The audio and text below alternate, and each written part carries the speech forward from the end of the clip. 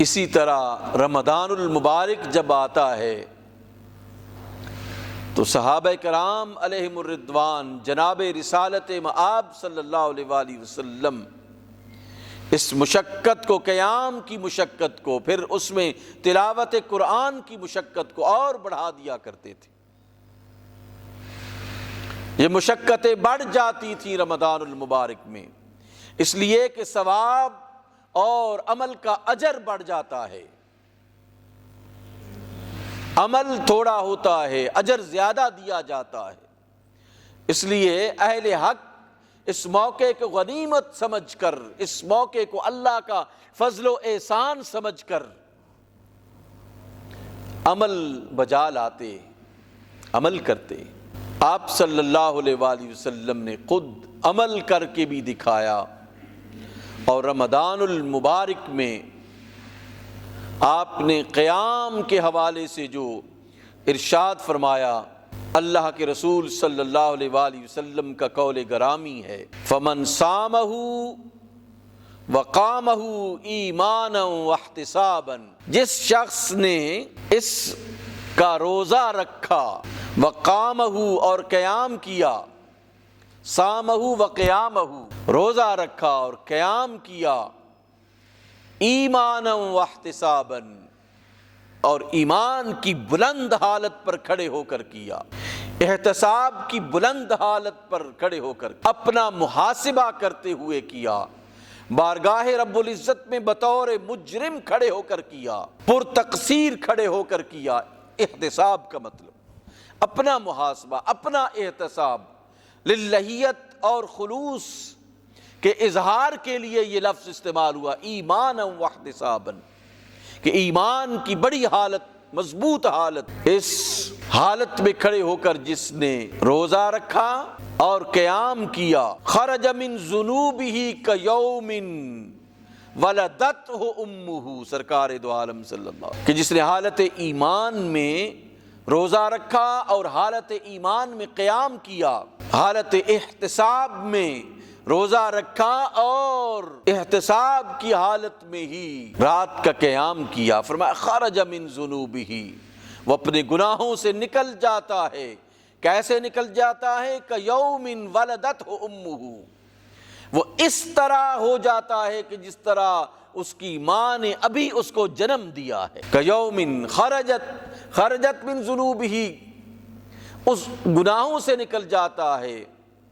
کیسے نکلتا ہے؟ کیوم ولدتہ امہ، کہ جیسے اس کی ماں نے اسے ابھی جنم دیا۔ ڈے 1 کا جو بچہ ہے، پہلے دن کا بچہ، کہ جس کے اوپر کوئی گناہ نہیں ہے، کوئی کسر نہیں ہے، کوئی الزام نہیں ہے، نہ گناہ ہے نہ الزام گناہ ہے، کچھ بھی نہیں ہے، بالکل صاف ستھرا بچہ نام اعمال کے لیے۔ کیوم ولدتہ امہ، اس طرح کہ جس طرح اس کی ماں نے اسے جنم دیا ہو۔ قیام کی جب بات آتی ہے تو اس رات کے قیام میں 2 چیزیں بہت اہم ہیں، ایک نماز تراویح اور دوسرا نماز تہجد۔ رسول اللہ صلی اللہ علیہ وآلہ وسلم کا معمول گرامی رہا، آپ نوافل بطور تراویح ادا فرمایا کرتے تھے، اور پھر اس کے بعد آپ استراحت فرماتے، اور استراحت فرمانے کے بعد جب بیدار ہوتے تو آپ نماز تہجد ادا کیا کرتے تھے۔ آپ صلی اللہ علیہ وآلہ وسلم کی زندگی کا یہ معمول رہا۔ نماز تراویح تو آپ صلی اللہ علیہ وآلہ وسلم نے 2 دن ادا فرمائی با جماعت، اور تیسرے دن آپ صلی اللہ علیہ وآلہ وسلم باہر تشریف نہ لائے۔ حکمتیں، پوشیدہ حکمتیں تو اللہ سبحانہ و تعالیٰ کی ذات ہی جانتی ہے، کہ میں یہ سمجھتا ہوں کہ آپ صلی اللہ علیہ وآلہ وسلم نے کبھی بھی نوافل کی ادائیگی میں امت پر کبھی بھی بوجھ نہیں ڈالا، بلکہ اس کو امت کے مزاج کے مطابق رکھا۔ اوائل اسلام میں ظاہر ہے کہ یہ اس قسم کی جو عبادت تھی وہ مشکل تھی کہ ایک طرف آپ نماز تراویح بھی ادا کریں اور آپ جو ہے وہ نماز تہجد بھی ادا کریں۔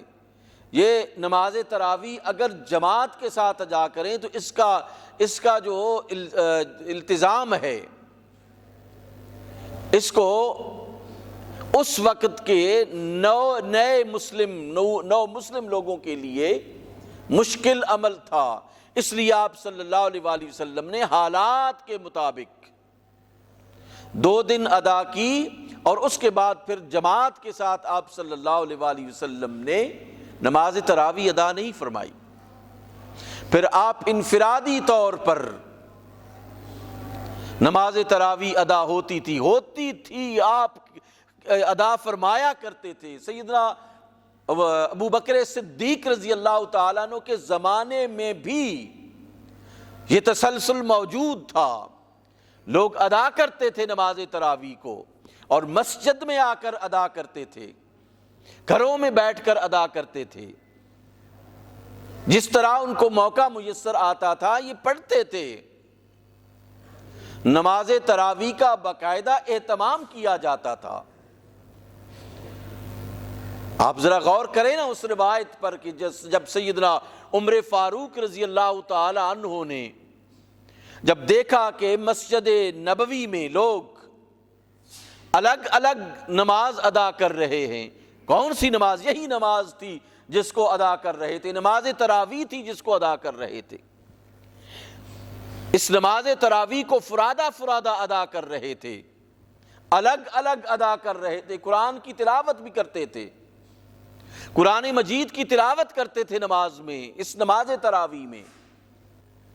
نماز تراویح جو ہے وہ لوگ پڑھتے تھے لیکن با جماعت نہیں تھی، اس لیے کہ سرکار دو عالم صلی اللہ علیہ وآلہ وسلم نے بعض چیزوں کو حالات پر چھوڑ دیا تاکہ لوگوں کو مشقت نہ ہو۔